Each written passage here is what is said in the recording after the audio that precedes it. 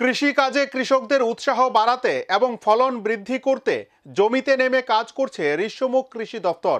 এবার দেবীপুর এলাকায় অনুষ্ঠিত হয় কমিউনিটি ট্রান্সপ্ল্যান্টিং কর্মসূচি।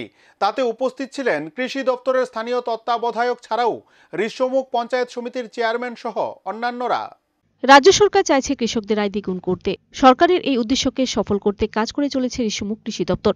ঋষ্যমুখ কৃষি দপ্তরের তত্ত্বাবধায়ক সুজিত কুমার দাস কিছুদিন পূর্বে তত্ত্বাবধায়কের দায়িত্বে এসেছেন। দায়িত্ব হাতে নিয়ে তিনি বসে না থেকে কৃষকদের পাশে গিয়ে দাঁড়াচ্ছেন। ঋষ্যমুখ এলাকার অধিকাংশ লোক কৃষিকাজের উপর নির্ভরশীল। এলাকার কৃষকদের কৃষিকাজে স্বয়ংভর করতে মঙ্গলবার দেবীপুর এলাকায় ঋষ্যমুখ পঞ্চায়েত সমিতির চেয়ারম্যান ও এলাকার কৃষকদের নিয়ে অনুষ্ঠিত হয় কমিউনিটি ট্রান্সপ্ল্যান্টিং প্রোগ্রাম। মূল উদ্দেশ্য কৃষকদের যেন কৃষিকাজে উৎসাহ বাড়ে ও কৃষকদের ফলন বৃদ্ধি। কিভাবে কৃষকরা নিজেদের ফলন বৃদ্ধি করতে পারবে তা নিয়ে অনুষ্ঠানে আলোচনা হয়। শুধুমাত্র আলোচনায় সীমাবদ্ধ না থেকে কৃষকদের মাঠে নিয়ে কিভাবে উন্নত মানের ধান চাষ করা যায় তা নিয়ে প্রশিক্ষণ প্রদান করা হয়।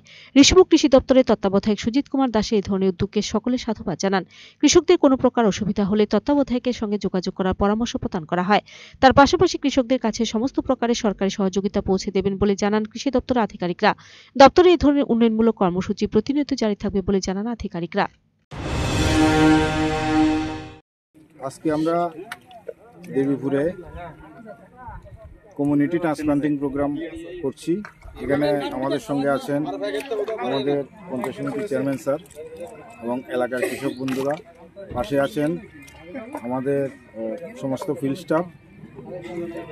অ্যাকচুয়ালি এখানে কৃষি প্রধান এলাকা, এখানে বড় ফসল হয়।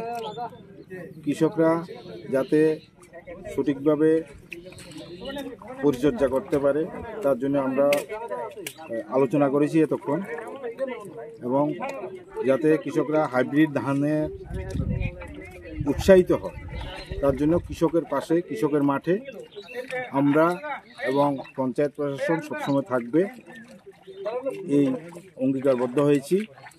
কৃষকরা যাতে উপকৃত হতে পারে এবং সরকারি স্কিমের সাহায্যে স্বয়ংবর হতে পারে তার জন্য আমরা প্রচেষ্টা চালিয়ে যাব।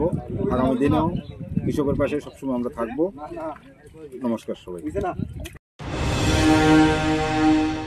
Bureau report, search India TNN।